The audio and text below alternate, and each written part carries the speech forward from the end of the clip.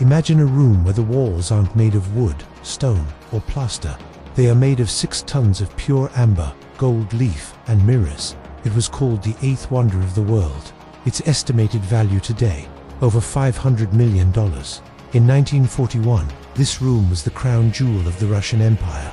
It was a place where tsars entertained kings, a symbol of absolute power that dazzled anyone who stepped inside. But by 1945, it was gone, vanished into thin air.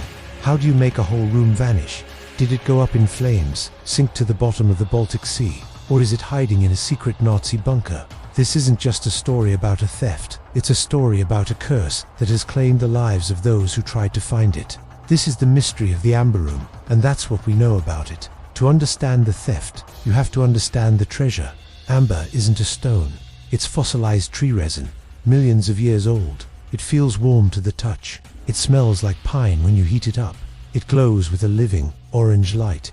But it has one fatal flaw. Amber is incredibly fragile and incredibly flammable. The room was originally commissioned in 1701 by Frederick I of Prussia.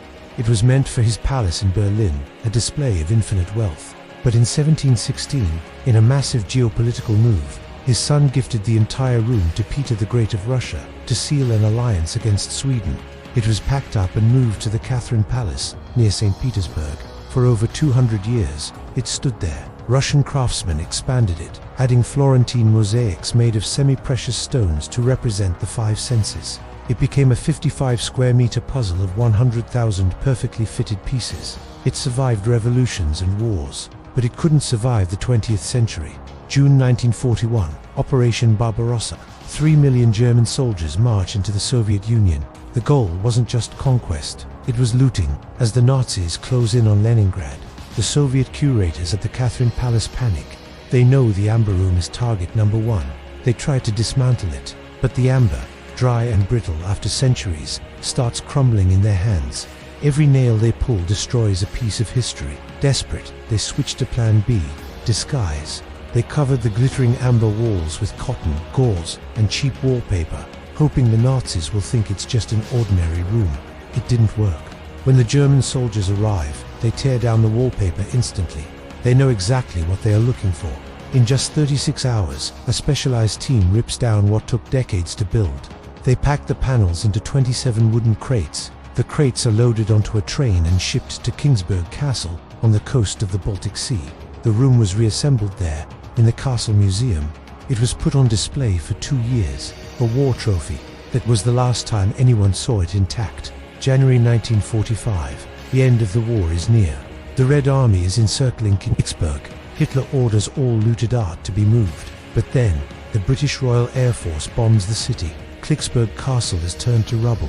When the Soviets finally take the city, they rush to the castle. They find the crates gone, or destroyed. And this is where the story turns dark. Because people who look for the Amber Room tend to die. Take Alfred Rode, the Nazi curator in charge of the room. He stayed in the castle until the end. When the KGB interrogated him, he gave conflicting stories. Days later, he and his wife suddenly died of typhus. Their bodies vanished before an autopsy could be done. Many believe he was silenced because he knew where the crates were hidden. Then there's General Yuri Gusev, the deputy head of Russian foreign intelligence. In 1992, he gave an interview to a journalist, hinting he had new leads on the room. Shortly after, he died in a mysterious car crash. And most disturbing of all, Georg Stein, a famous German amber hunter. He spent his life and fortune looking for the room. In 1987, he was found dead in a Bavarian forest. He had been brutally murdered, cut open with a scalpel. His killers were never found. Is there really a curse hanging around? Or maybe someone's keeping the secret safe? Where could it be?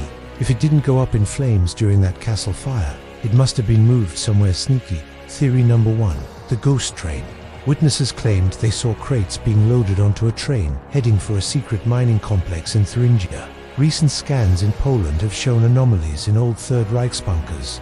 Is the room sitting in a dark tunnel, trapped behind tons of dynamited rock? Theory number 2, the shipwreck. Many believe the crates were loaded onto the Wilhelm Gustloff, a massive German transport ship. The ship left port in January 1945, but was torpedoed by a Soviet submarine. It sank, taking 9,000 people with it. Divers checked the wreck, but it's just a mess of twisted metal.